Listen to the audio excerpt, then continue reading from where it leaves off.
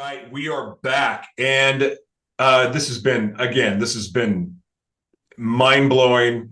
I almost feel like you need a weekend retreat to just dive, like just to help people understand this, because I believe that once they understand it, it can ignite a movement. It's just helping people understand and process this because it's a whole other language. So speaking of that, I would love if you could just give us an overview of what Coordisc is all about. Well, Coordisc is to some extent very basic. We talked about the patent and how I'm pursuing that. IP is not sort of intrinsically valuable. It requires execution to get it into the world. And so execution in the financial system means businesses, and the way businesses deal with IP is that they deal with other businesses. And so Coordisc is the business that I created as sort of the vehicle to negotiate the IP deals that would or will exist around this coordinated discovery market. Time out real Uh, quick. Time out. I want to ask you something. Because I for the this seems like this message that you're about to deliver is especially important for content creators. Is that true? I think so. We're at a very special time, actually, in IP and for content creators with the current strikes that exist. Something that many people are very confused by is who and how people get paid for intellectual work. And lots of people think that the music industry or the film industry, or if you have a more literary bent, the book industry is just codified into law that actors getting a piece of the gross or getting residuals when their television show goes on cable or whatever is just how things function. Um, and that's not even close to remotely true. What the law extends is an exclusion of access. Um, so going back, if you invent a brand new sofa and you get a patent on it, uh, that patent will allow you to stop people from using that sofa. Uh, Even if it turns out that somebody sitting in their basement that doesn't know anything about you or your patent came up with the same idea and made their own copy of that sofa, and then friends of yours introduced them to you at a party, you would be able to use, if that sofa turned out to have ultimately been built after your patent was issued, and during the period of time that your patent was active, you could essentially contact the federal government and tell them to tell these people to stop using their sofa because you have a patent and they don't have a license. Um, but if no sofa manufacturer on earth wants to make your furniture and you personally can't make the furniture yourself because you're not a woodworker or you know don't have the critical diamond supply that's in your sofas or whatever, you can't make them either, and the government doesn't care. The fact that nobody can do it, well, then nobody's doing it. That's fine. So this exclusionary access is what's going on. J.K. Rowling isn't a billionaire because every time somebody reads Harry Potter, they flip a nickel into her cup. She's a billionaire because her copyrights mean that you're only allowed to print her books if she's extended the permission for those copyrights. And because these content industries like books and music and film have extensive legal agreements that are mediated by these, in many cases, these now striking guilds. So if you personally just decided to make your own movie, without any SAG actors, without anyone from the Directors Guild, without anybody from the Writers Guild. Nobody could stop you from doing that. You could simply make a film. But your actors wouldn't have residuals rights that were built into their contracts because those agreements don't exist. They'd have whatever agreements you made when you hired them. If you know, drove down to the local jobs office and had people hop onto the back of your pickup and gave them $20 for the day and had them sign a release waiver, then that's happened. And so there's these relationships are not fully worked out, and that creates a lot of difficulty for people who are inventors or content creators, because unless you get into one of these already worked out systems, you will ultimately have to cope with the business side of these issues.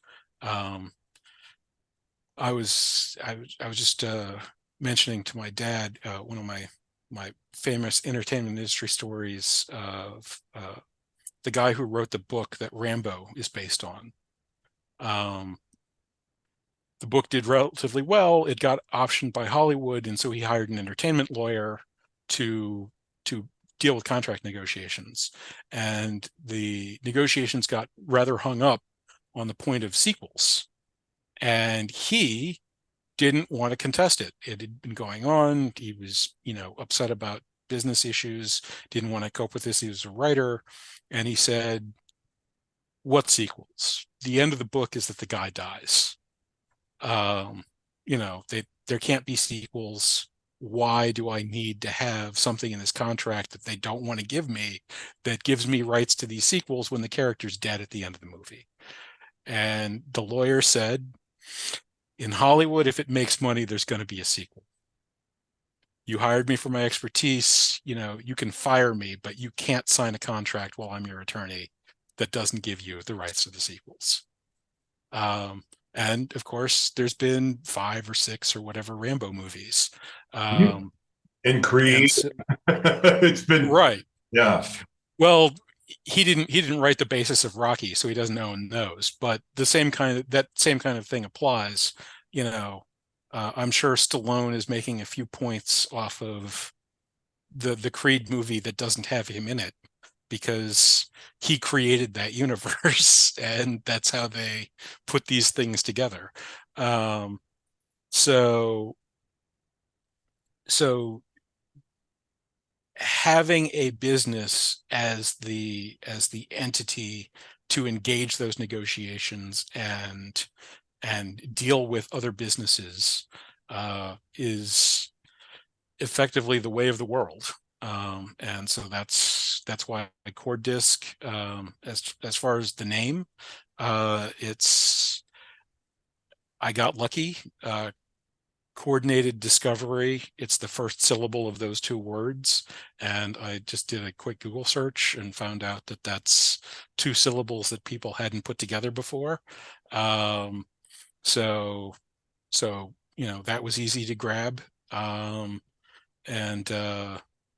then I wrote a logo in Logo. Actually, I'd mentioned that I'd done a little programming in grade school. That programming was in a language called Logo, which involves basically the ability to program a little geometric spirograph. So I played around with that and created a logo that symbolizes the algorithmic simplicity involved by my company.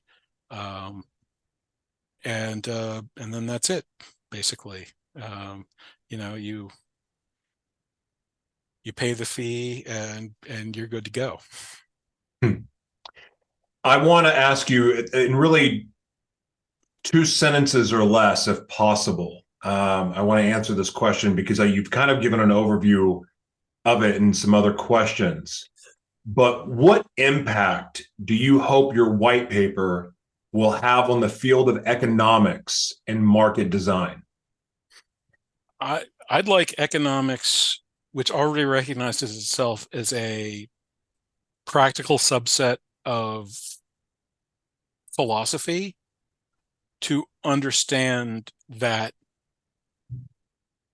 computational mathematics, having mathematicized philosophy, requires economics to mathematicize its subset of philosophy and recenter itself in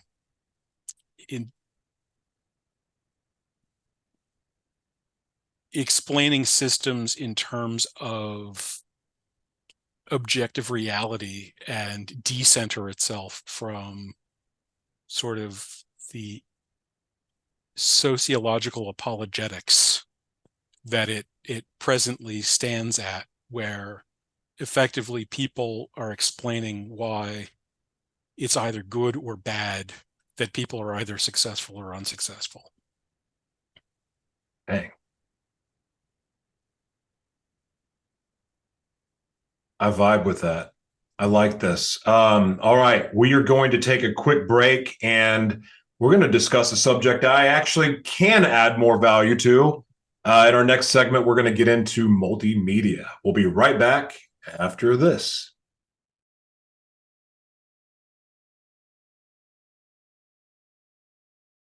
All right, everyone, we are back with the one and only Noah Healy. I think he's the only one, but definitely he is the only one that I know of that can blow my freaking mind. This information is so well-rounded, so valuable, and I just well, I guess it's only fitting that we're segueing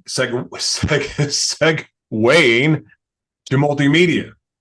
And you produced a video explanation and a podcast. How have these platforms helped you convey your ideas effectively?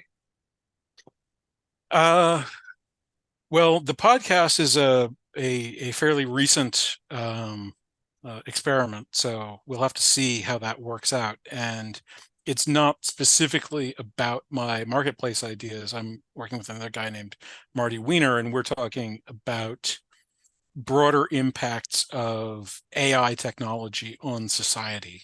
And he's particularly interested and enthusiastic about some of these ideas about consciousness and things that we might be discovering, to the degree that we might be able to create newly self-conscious systems.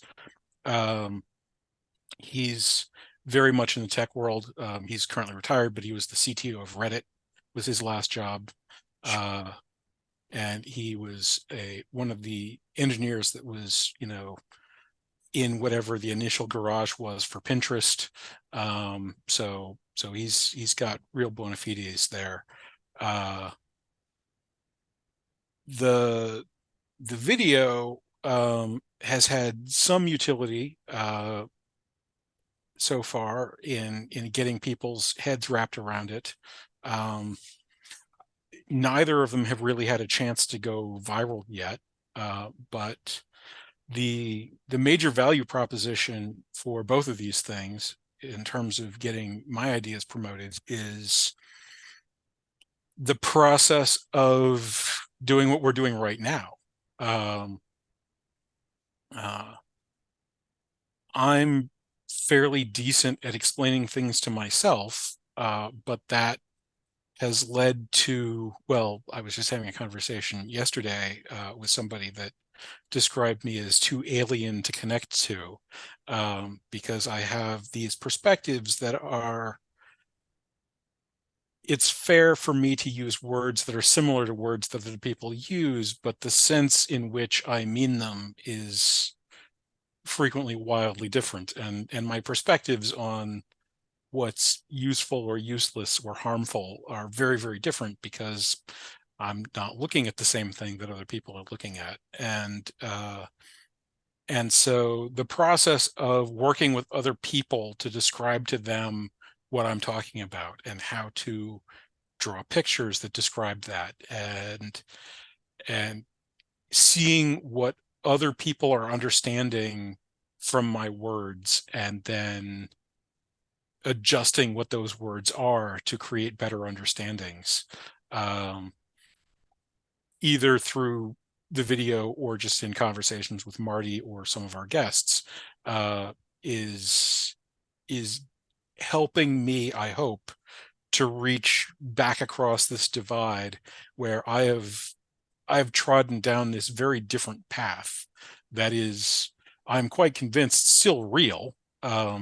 This mathematics is well known. So far, no argument that I have put forth has failed to withstand every serious challenge presented to it.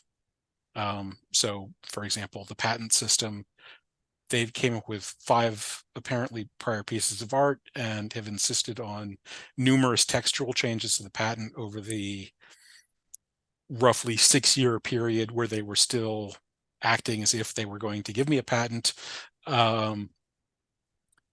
None of those changes have been material in any way to the patent itself.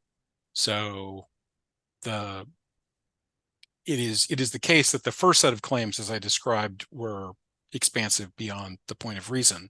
But from the second set of claims onward, all clarifying language, all adjusting language has been semantically meaningless. A subordinate clause that recapitulates, sometimes in exactly the same words, the dominant clause. Well, that's a qualification of no consequence, basically. And those are the only kinds of things that I have been essentially forced to concede. I've talked to numerous people who operate within the marketplaces who have attempted to come up with counter arguments for how these things work, and none of them have been able to come up with counter arguments that they can claim stand on their own merits. One of my favorite and one of the earliest ones was a guy who had been a corn market trader, and after an hour and a half, his parting words were, "I'm sure it won't work, but I don't know why it won't work." All of the objections he had for why it might not work, it answered all of those objections, but he was unwilling to credit the notion that there could be another way. And simply his inability to see what the problem was insufficient for him to decide that there didn't have to be a problem. But that's where those things exist. They give me sort of the practice of standing in the ring and having it out and seeing what kinds of objections and counter arguments people have, what kinds of impressions I produce from the claims that I make, and figuring out how to adjust those things so that the impressions that I produce from the claims that I make are similar to the claims I'm actually making, and how to answer objections in ways that convince rather than merely, force retreat. I relate to everything you just said, because what I've been talking about through my various platforms, and I've been kicked off of most of them and starting new again, for some of the things that I've shared in the past. But one of the messages that I've spoken about is the importance of media literacy. And because I believe with all my heart, and there's so much evidence to prove, and it's been predicted for the last, God knows how long, but the earliest book I've seen it in was over 50 years ago, was that we were going to live in a world where the power of the media used to lie in the hands of a few. It would be distributed to millions. And I believe that we're right there at that precipice where at that place in time where that's about to happen. The trust in media is gone completely away. And yeah, there's still some people that trust the media, but that's changing. More and more independent media is popping up. New media is a thing. Media is accessible to people that don't have money. Like, that's the thing, is that you don't even need money to be involved in media and take advantage of what's available to get your message out. Now, some things get censored, some don't. And there's ways around that too. But what I'm getting at is the message of media and teaching media and talking about how it's accessible for all of us. Like all of us can do what an ABC, an ESPN, a CBS, any of those companies can do. We all have that power in our devices to have multiple revenue streams, to monetize our gifts, our talents, our intellectual property. It's all there. So this message that I've been teaching for so long, it wasn't resonating with that many people, unless if they were a conspiracy theorist or they were somebody that had read The Fourth Industrial Revolution by Klaus Schwab, or paid attention to the Great Reset, or knew about the Internet of Bodies, or paid attention to the singularity, those, from stories, books, movies, whatever it may be. And I've had to learn that, yeah, I may be sharing this message, but if no one understands it, what good is it? And I've had to recently find different ways to deliver these messages in a way that was digestible, less conspiracy feeling, but more based in reality, and find a way to dumb down my language to make it understandable where people can process it. And it reminds me of Michio Kaku. I think I'm saying his name wrong, but the physicist. He explains quantum physics like you're reading a kindergarten book. I mean, and again, some of the information's still over my head, but he speaks in a way that makes it kind of understandable for the layman, and I consider myself a layman. So I see that, we, even though it's a kind of a different path, a different message that we're sharing, a lot of what we're talking about, most people are either not ready for, don't understand, don't have the vocabulary to understand. But one of the opportunities that we have, and you are taking advantage of this, which is exciting, is using the media to deliver this message and finding different ways to explain it and tailor it where it's digestible. Because again, I believe this with all my heart. I don't know if I said this when we were recording or not. I believe the information that you're teaching is the type of information that can start a revolution, but a revolution in a good revolution, and one that doesn't require bombing people and killing people and rioting and things like that. I believe that this is the right kind of revolution that you can start. So I'm encouraged that you're starting to utilize the media and get these different messages out, and then having these conversations that you're having, because this information is so important. I'm very hopeful that this is something that can happen in a way that is nearly universally beneficial. Um, uh, I the there's a famous quote: "Science progresses one funeral at a time." Uh, there's a lot of attachment to the status quo, particularly by those who are the leaders of the status quo. And where I see the problem lying isn't that they are bad men and women or incompetent, not to say anything positive about any of them. It's simply that the systems that they're operating can't function because math doesn't work like that. So the sorts of media expansion that you're talking about, and 50 years, I think Marshall McLuhan might be even 60 or 70 years, if you're familiar with his work. Um, the that's much more information transfer than was the norm through this pipeline. Less of people's audio visual experience is what the path between their cottage and the place where they chop wood is than it would have been 1,000 years ago, and much more of it is what they can hear on a podcast or watch on a Twitch stream or catch on a video someplace. And so that greater capacity to have language as what's shaping your information diet is exactly what leads to the requirement to upgrade our social and cultural institutions and our daily lives and practices to cope with that difference. And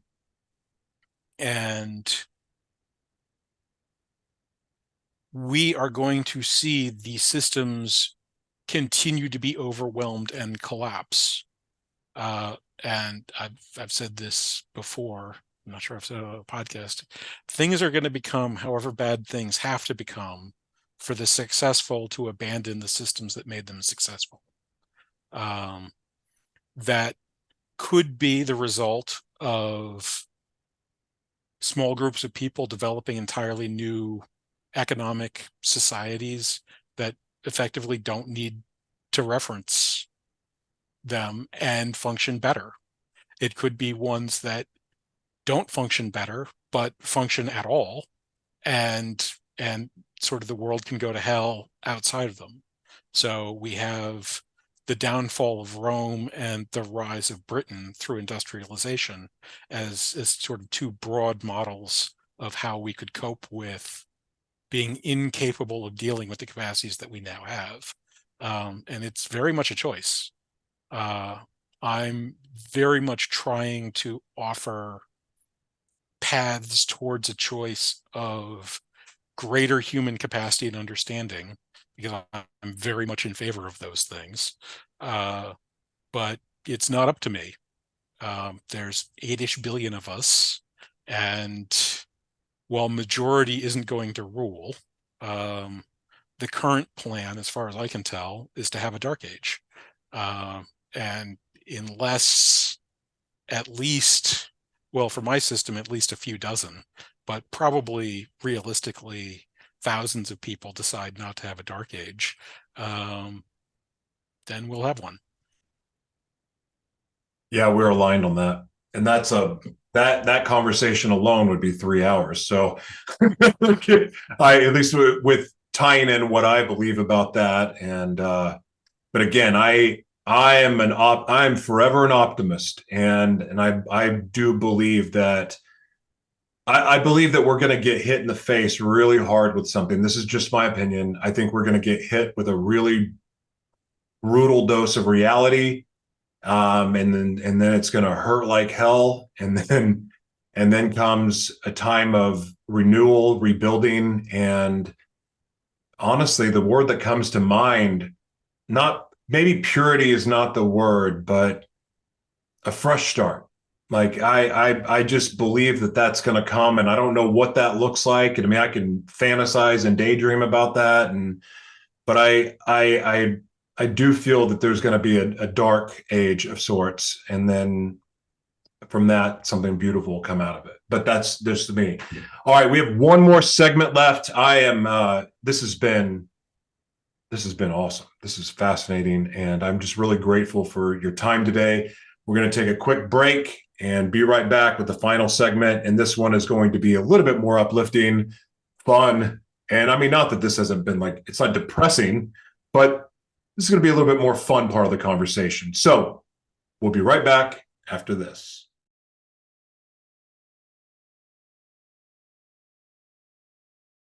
All right.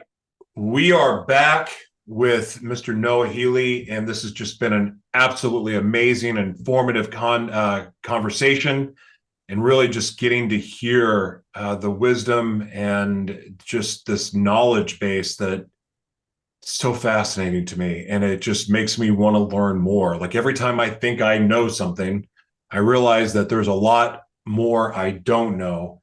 And so I love conversations with people like Noah because I learned so much. And of course, now I have homework.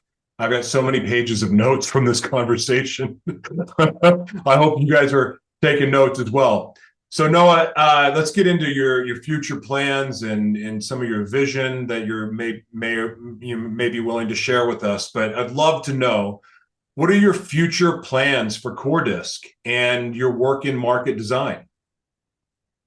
Well, basically, I'm going to push this thing as hard as I can for as long as I can push until these systems exist in the world somewhere. And then we'll see what people do with them. But for me, just looking at, again, the economics and the mathematics of it, there's no economic activity that people are engaged in or people have publicly planned to engage in that exceeds the value of fixing our markets, or repairing, perhaps, since fixing in the context of markets has some very negative connotations. And so beyond sort of day-to-day survival, neither I nor, as far as I can tell, anybody else has any interests in anything other than getting this thing off the ground. So that's what I'm doing. Any upcoming projects or collaborations that you're particularly excited about? Um, I have a handful of people that are trying to build out markets that would incorporate the technology. The most recent was a guy I met through a podcast that runs a online farm sale community in East Africa, and he wants to build out a coffee index for trade of East African coffee. He's actually located in Switzerland, so presumably an index for trading East African coffee to Switzerland. But that's the most recent pickup, and I'm unbelievably happy and grateful that he's doing that work. And that I know you've pretty much answered this question already, but I think it would be appropriate to hear it again. But how do you envision the future of economic systems and market design? Uh, I see it as a computational process. So much like we would evaluate algorithms in terms of how much memory space or computer chip energy that they use up. We would evaluate these systems in terms of their costs that they impose, both the monetary costs, but also the opportunity costs that they impose on ourselves, the degree to which they stabilize and anticipate, and so on. And what I see is systems that at the present time have cost structures that are roughly the same size as the growth rates of explosive economies. And those costs are being imposed on mature economies. So a little history, in the post-World War II era, economies grew incredibly quickly because, lots of people were starting from zero. If your country was, conquered and burned to the ground, then everything you do is vastly increasing capacity. But also America's economy was growing very quickly because suddenly global markets of people who had been reduced to nothing were available as what's going on. So in the post-war period, we see sustained 5% growth in the American economy that is spread around quite a bit. It's called sort of the Great Moderation. And we see this occurrence of a rising middle class and wealth even injecting into the working class. As we get into the 70s with the major disruptions at the close of that period and into the 80s, with sort of financialization really taking off, that's about when computers join the marketplace. And we start seeing a acceleratingly fast boom bust cycle take place because the computers are essentially exacerbating the ordinary behavior of the market and causing them to become less stable, more chaotic, and more expensive. So the financial system as a whole is being more dangerous to play in, but also more remunerative to play in. And we see the first people with $10 million annual incomes, $100 million annual incomes. There are now a handful of people who have clocked $1 billion income to the IRS for a given year. I don't think anybody's ever sustained that, but these are things that start happening.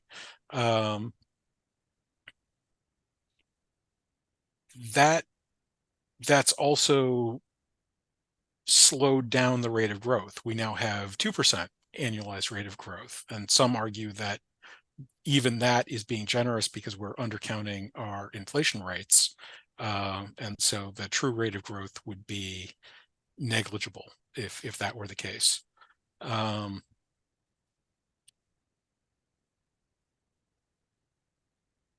There's every reason to believe that the introduction of markets that weren't costly, cost less than our present markets, and behaved no worse than they behave, would essentially add that cost difference to the rate of growth of the economy. And since that cost is in the 4 or 5% range, that means that our economies would start growing as they did in that great moderation post-war period, and not because the entire world had been reduced to nothing and we were competing with nobody, but because that's just how much economic gain was happening from the use of modern scientific and engineering techniques and computer technologies in agriculture, land management, mining, manufacturing, and every other sector of the economy that is presently being successfully skimmed off the top by a financial system which is able to charge more money for worse services because no alternative to it exists. What books, podcasts, or resources have been the most influential in helping you shape this path that you're on? Well, I mentioned one of them. The C2 Wiki has an enormous body of occasionally amusing and illuminating, but also educational material on the founding of the internet and how computation works and what you can do with it.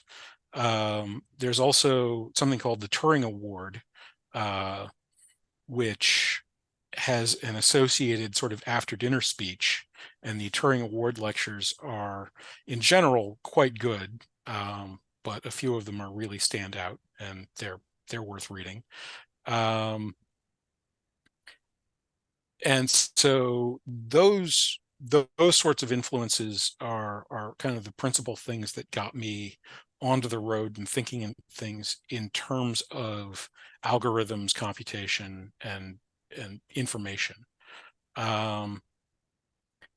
There's also, I guess, a few other things I picked up along the way about sort of the importance of basic principles that I've seen all over the place, from introductory chess books to the autobiography of John Madden, which I read once, to the autobiographies of Richard Feynman, which I read once. Or even Thomas Edison. He has this notion of reverse salience and how you can do product design that way. But this sort of principle of principles, this idea that ideas, if they're coherent and true, then you can just stick to them and trust to them to get to somewhere else that's coherent and true. And this faith that truth and coherence are valuable formed a large part of my life and journey. After I accidentally discovered that I'd upended all of economics and had a market system that was 300,000 times more efficient algorithmically than the one we currently use, I then did a lot more history and economics research, just to figure out if the idea had already been had, and also to figure out how to talk to the people who were actually in the business. And so in that context, I read a lot of different perspectives of economic news sites, from real doomsayers like Zero Hedge to very positive, sort of CNBC type things, to sort of get a sense of what the marketplace is thinking about itself. Um, uh, Rubini, and what's the other guy's name? The anti-fragile dude. Um, they've both had some mathematical principles that are worth learning. Um, they're a little overblown, and neither of them have identified the system itself as flawed. Uh, so there's limits. Um, but those are the main ones. As I'm not going to be able to remember the titles, but as I mentioned, if you like Google for market microstructure graduate textbooks, there's like three of them, and two of them are the ones that I was recommended to read. So those are there. Again, that doesn't get you to where the kinds of issues I'm talking about, but it does get your mind into the space of where the current conversations and state of the art are. But a great deal of my life and time is devoted to searching out the world for and integrating new principles into my outlook, because I'm not enough yet, because we don't have these markets that work. We have the markets we have that don't work. And so figuring out what sorts of changes that I can undergo and adopt is still the challenge in front of me. And that's sort of where I'm working these days.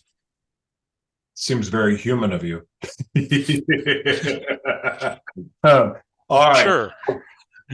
There's going to be a lot of young people watching this, young people and even older people. But for the young professionals out there that are still finding their way, still, plowing their roads, they're on their own path, they're doing what they're doing, whether it's adapting with AI, adapting with the new technologies, any of that, even or if they're just sitting in their parents' basement playing video games. I think that a lot of what you talked about is going to perk up some ears, and it may inspire ideas, inspire a lot of thought. So, for those people, what message do you have for them? I mean, it's like, what if you could tell them anything based off your knowledge base on market design, game theory, economic systems? What word of advice would you give? So I've been thinking about this because you sent me the questions, and it's not on a topic we've gotten to so far, but it threads through and it gets into what I was just talking about with principles and sort of fundamentals of human action. Are you familiar with cargo cults? Sounds familiar, but I don't know exactly what it is.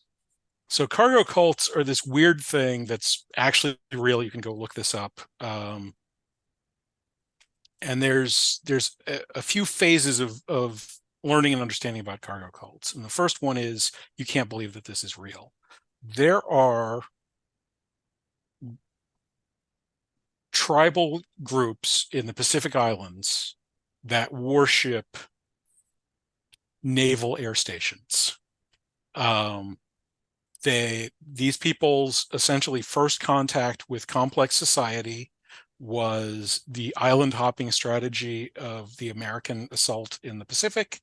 And so they saw guys show up on ships, clear the jungle, put down these sort of long strips of hard land, build a tower, and then have things come out of the sky and land there, and other ships come up as they built docks, and then guns and knives and clothing and food came out of the boxes that they loaded off these things. Cargo, these mysterious strangers called it. And so they decided that that's how you prayed to God.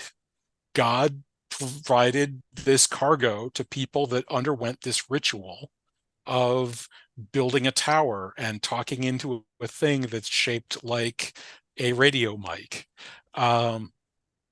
And so they've created religious practices where they sort of have Gilligan's Island technology, where they've got palm fronds and stuff that are shaped like a radio, and they pretend or pray or ceremonially pray to God through their palm frond for cargo. It's real. Step two is, oh, that's silly. How primitive, how stupid. That's not the important step. The important step is that's human. That's how culture works. That's how cultural transmission works. That's how guidance works. People look at other people that seem to have aspects of their lives that you desire, and you look at what is an aspect of their life that you don't have that you think you can imitate, and you imitate that. And that is where the financially successful have been doing for 800 years now. None of these people have ever invented a marketplace in their entire lives. They've never been educated by anybody that invented a marketplace.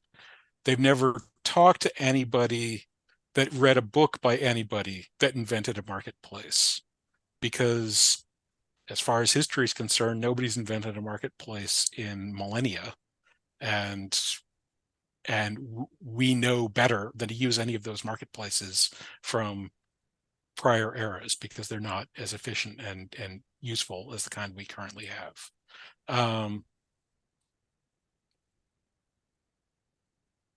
As capacity widen, the difference between the people that are coming onto those islands as temporary bases to deal with the Japanese war machine and the people that live on those islands for hundreds of years as a base for hunting and fishing isn't that one of them's human and the other one isn't human.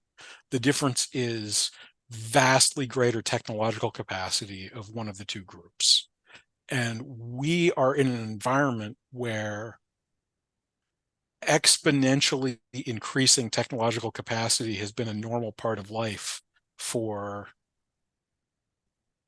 longer than virtually, basically living memory at this point. The computers that NASA was using in the 60s have something like a trillionth of the capacity of the computer that's in your pocket, that you use to scroll through TikTok. And so almost all existing cultural, political, business relationships are cargo cults that are being exposed as cargo cults, as silly, stupid things that only primitive morons could conceivably believe could possibly lead to success. And all of our successful people are successful solely because of that common belief. And for the people that are young, for the people that are young enough that they think they're going to be alive for another human generation, one by one, in some order, I can't even imagine what order it'll happen in, everyone will eventually learn that that's what's going on, because that's what's going on. Wow. I actually just learned about that. There's a place, was it about World War II? And it showed where the towers, like all the military towers are, and then wedged right in between it is this village of true natives. That so yeah, I saw a little bit about this the other day, and I never really put any thought to any of that until I saw this documentary, and it showed it where it was on a map, and it talked a little bit about what you just spoke about. Man, it's so fascinating. Wow, that is a great There's, share. yeah, I mean, there's a lot of other connections. My favorite one is that there's actually a comic book character that's a god. The Phantom, the comic book character, aligned so well with the sort of death-centric warrior traditions of some of these tribal units that when they were exposed to the comic strip in GI's lunch pails, they seized on that character as an actual god, and they paint their shields with the phantom skull in order to invoke his spirit and pray to him. But I think an even more impressive thing is the stone coins of the island of Yap, which are somewhat famous. There's a they don't use them anymore, but they're still there. They would go to a neighboring island that had a particular kind of rock, and they would carve very large stone wheels and then transport those wheels back to their island. And those wheels, coins, were used as the basis of their economy. And the ownership of the coins was held in common knowledge among the colony without physically moving them. So there are buildings where very, very large stone wheels are incorporated as a wall, and the ownership of that coin was originally the person that built that building, but because they then used it to buy things, the actual ownership of the wall of the house that you live in, which has been there for maybe 100 years or more, is the guy down the street that, you know, sold a flock of goats for it to a person that sold his boat, who sold, going all the way back to your great grandfather that actually commissioned its carving in the first place. And everybody knows who owns everything. And that, as it happens, is precisely how Bitcoin works and all the other blockchain protocols. We're going to have you back to have that conversation. No, this has been just so amazing. I mean, this is a book's worth of information that you've provided today. You've so much value. I'm so grateful for you. And I would love, if you don't mind, please share with everyone where they can follow you, where they can support your journey, and where they can just learn more about you. Yeah, absolutely. So you'd mentioned I now have a podcast. It's called The Fourth Age. There's, I think, the Fourth Age.substack you can find. It's also on Spotify, Apple, Google, and several other platforms. I think you can search. I've been able to search for it and have it come up in the results so far. But if you have any problems finding it, reach out. Find me at noahphealy@yahoo.com, or contact me on LinkedIn. I'm Noah Healy on there. Excellent. Brother, thank you again. I'm pretty sure that we will do this again, and I look forward to it. And I cannot wait to re-listen to this, take more notes down. I've got, just pages of notes. This was just amazing. So thank you very much. Wish you nothing but success, and just thank you for all that you do, man. Thank you. This was fantastic. I'd love to do it again. Awesome. Talk to you soon. Bye-bye.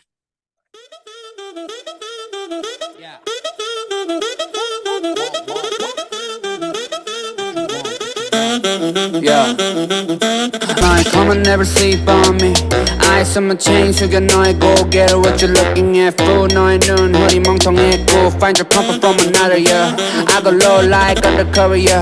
Wanna know my name 죽지 않은 일은 위에 부어버려 기름 guess you can even guess me cause I'm baby high low로 확실해 not like maybe Devil let me welcome to my palace 찾지 않아 Alice you just keep on wondering You just keep on wonder 찾지 않아 Alice 버려 너의 memory I just pop a bin Danny have been 나는 걸어 Boeing 747 날개 we get ready Like I wanna get in late 준비해 빨리 we ain't got a lot of time man wavy night Jameson hit the rock bottom 잃어버린 정신머리들 yeah got 'em yeah shot 'em 모든 problems 언제까지 기다려야 할래 now gone yeah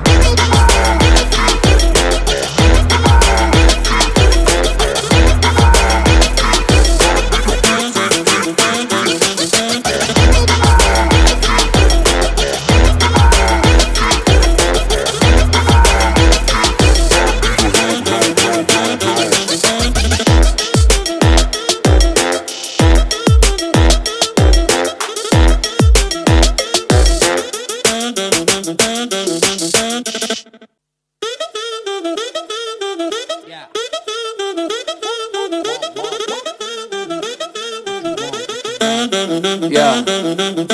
My come and never sleep on me.